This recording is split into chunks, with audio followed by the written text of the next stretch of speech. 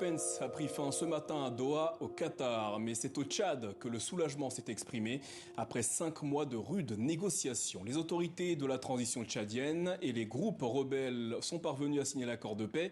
Un moment clé pour le peuple tchadien, estime Antonio Guterres, le secrétaire général de l'ONU. Plus de précisions avec notre correspondante Aurélie Bazara-Kibangoula. Doha, capitale de la paix, ce sont les premiers mots du ministre des Affaires étrangères tchadien.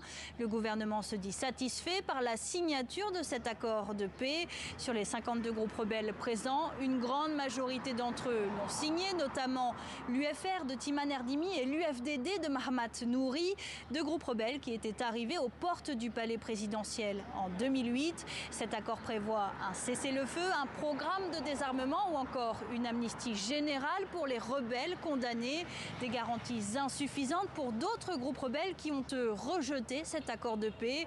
Au total, 18 chefs rebelles ne l'ont pas signé. Parmi eux, l'un des plus importants mouvements politico-militaires, le FACT, à l'origine de la mort du président Idriss Déby Itno en avril de l'année dernière. Dans un communiqué commun, ils dénoncent une non prise en compte de leurs revendications, comme par exemple la modification de la charte de transition, et ils parlent de ralliement par achat de conscience.